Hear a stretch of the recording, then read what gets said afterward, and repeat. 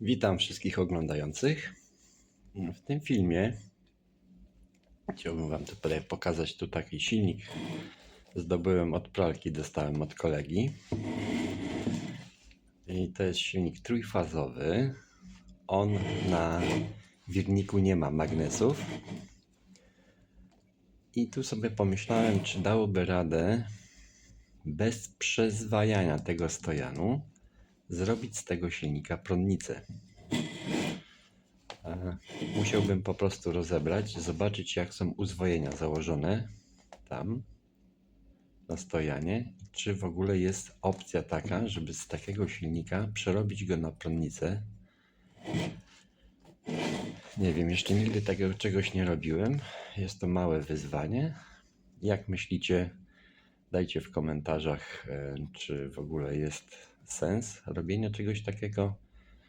Czy może ktoś z Was przerabiał taki silnik na prądnicę, wykorzystując fabryczne uzwojenie, po to, żeby po prostu nie przezwajać stojanu i zostawić to uzwojenie, które jest.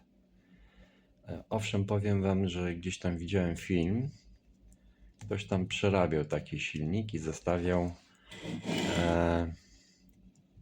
fabryczne uzwojenie i tylko dołożył magnesy, odpowiednio ułożył, dobrał ilość magnesów, biegunów, no i prądnica mu to działało po prostu. Nie wiem jak to będzie w moim przypadku, w ogóle czy to jest, opłaca się. Ja to zaraz tutaj rozkręcę i pokażę Wam jak wygląda uzwojenie na tym stojanie. Tak więc widzimy się za chwilę. Silnik rozebrałem. Tak wygląda uzwojenie fabryczne. I stojan tutaj ma takie parametry. Jest 24 żłobki. Na każdą fazę przychodzą dwie grupy. Czyli to jest tutaj, to jest pierwsza grupa i tu jest druga grupa z pierwszej fazy. I każda grupa ma po 3 cewki. Tu zobaczcie, o. Nie wiem, czy to zobaczycie. Tutaj jest tak, o. Raz, dwa, trzy. 3 cewki w jednej grupie. I łącznie mamy 3 fazy. Tak to wygląda. Teraz ja sobie będę musiał, mam tam taki program, sprawdzić ile biegunów zrobić na wirniku, żeby to ruszyło po prostu, żeby to zaczęło produkować energię elektryczną. Ale to już będę pokazywał w następnym odcinku. Dzisiaj to by było tutaj tyle.